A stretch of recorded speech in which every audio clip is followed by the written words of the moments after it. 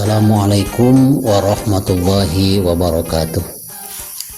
Alhamdulillahilladzi qala fi kitabihil karim. A'udzu billahi minasyaitonir rajim. Bismillahirrahmanirrahim. Innallaha la yughayyiru ma biqaumin hatta yughayyiru ma bi anfusihim. Shadaqallahul azim wa ma'nahu wallahu a'lam bil murad. Wa qala Nabiyyu sallallahu alaihi wasallam al-maksiyatu tuzilun nikmah. Sahabat channel Rahmatul Ummah yang dirahmati Allah, kita lanjutkan bahasan tausiah kali ini akan membawa tema yaitu surat Ar-Ra'd ayat ke-11. Ar-Ra'd artinya petir. Jadi salah satu nama daripada nama-nama surat dalam Al-Quran yang 114 surat, ternyata salah satunya ada surat Ar-Ra'd yaitu petir. Dalam ayat ke-11, innallaha la yughayyiru ma biqaumin hatta yughayyiru ma bi anfusihim. Sesungguhnya Allah Subhanahu wa taala tidak akan merubah nikmat yang ada pada suatu kaum kecuali kaum tersebut merubah dengan dosa-dosa. Kalau nikmat-nikmat Allah diganti dengan dosa-dosa oleh umat tersebut, yakin nikmat tersebut akan menjadikan musibah. Jadi dalam ayat ini Allah Subhanahu wa taala memperingatkan agar kita pandai-pandai bersyukur. Sebab dalam tafsir Jalalain yang dimaksud dengan la yughayyiru ma biqaumin ay la yaslubuhum nikmatahu, Allah tidak akan mencabut kepada kaum tersebut akan nikmat-nikmatnya kecuali kalau kaum tersebut menggantinya dengan dosa-dosa, dengan durhaka kepada Allah Subhanahu wa taala. Seperti dalam sabda Rasulullah SAW, al-maksiyatu tuzilun nikmah. Dosa-dosa itu bisa menghilangkan nikmat. Apabila kita tidak pandai bersyukur akan nikmat Allah, yakin Allah Subhanahu wa taala akan mencabut nikmatnya kembali. Nikmat jadi sengsara. Lebih baik sengsara membawa nikmat daripada nikmat membawa sengsara. Mana salah satunya? Bahwa dosa-dosa bisa merubah nikmat Allah menjadi suatu musibah. Salah satu contoh, misalkan ada seorang pejabat di negara kita ketika sedang menjabat suatu jabatan, Masya Allah, lalu melakukan korupsi, melakukan kejahatan, lalu tertangkaplah dengan OTT KPK misalkan, yang tadinya disanjung kesana kemari dikawal, tapi setelah melakukan korupsi maka orang tersebut diberikan rompi berwarna oranye. Ketika seorang pejabat sudah dipakaikan rompi warna oranye, maka nama baiknya sudah hancur.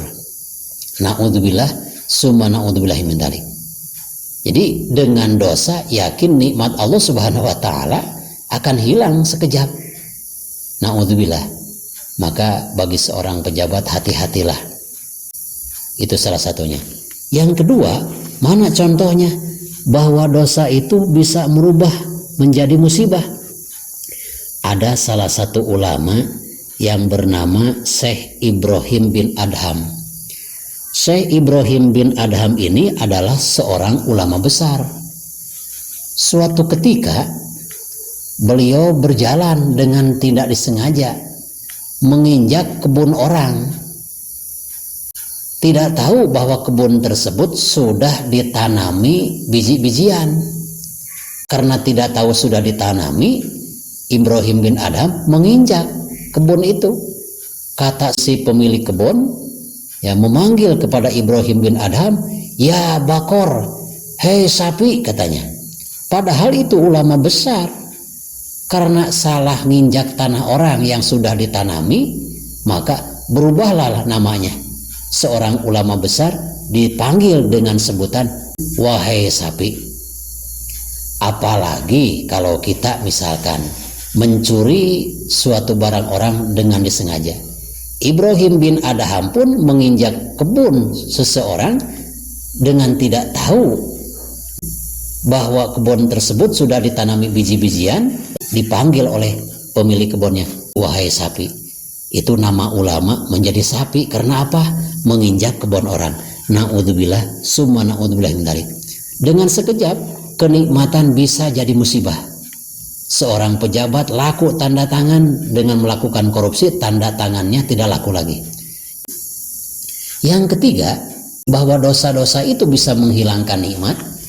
Buktinya salah seorang putra Nabi Nuh alaihi salam yang bernama Ham, ketika di atas kapal selama bulan Rajab sampai bulan Muharram, selama 6 bulan dunia ini ditenggelamkan, ya, sampai-sampai Nabi Nuh alaihissalam naik perahu 3 lantai. Lantai dasar binatang buas, lantai kedua binatang piaraan, binatang ternak, dan lantai ketiga adalah untuk manusia. Di atas kapal Nabi Nuh alaihissalam tertidur. Auratnya Nabi Nuh alaihissalam kelihatan, dilihat oleh salah seorang putranya yang bernama Ham. Ketika Nabi Nuh alaihissalam sudah terbangun dari tidurnya, lalu Ham menghampirinya. Wahai ayah, ketika ayah tadi tidur aurat ayah kelihatan. Lalu Nabi Nuh bertanya, apakah aurat ayah kamu tutup? Kata Ham, maaf tidak. Kata Nabi Nuh alaihissalam, Masya Allah, mengapa engkau ketika aku tidur, aku kelihatan aurat, kamu tidak menutupinya? Engkau sangat lalai, tidak mau menutup aurat. Bagi Nabi Nuh tidak berdosa. Karena apa? Dalam tidur, ini orang yang melihat tidak menutupinya. Maka Nabi Nuh alaihi salam mendoakan, mudah-mudahan keturunan kamu ada kelainan. Sehingga Masya Allah, seluruh keturunan Ham bin Nuh berkulit hitam. Kenapa? Ham ini disuruh oleh Nabi Nuh alaihissalam setelah kapal mendarat di Irak, kalau Yapus ke Turki, kalau Ham ke Afrika, kalau Sam ke tanah Arab. Maka jangan aneh ketika keturunan-keturunan Ham berkulit hitam. Karena apa? Yang tadinya biasa-biasa, karena melihat aurat Nabi Nuh tidak ditutup, akhirnya dikutuk oleh Nabi Nuh alaihissalam. Warna kulit keturunan Ham adalah menjadi hitam. Mudah-mudahan masalah surat Ar-Ra'd ayat ke-11 bagian pertama bisa bermanfaat, khususnya bagi saya dan umumnya bagi kita sekalian. Amin ya Allah ya Rabbal Alamin. Wassalamualaikum warahmatullahi wabarakatuh.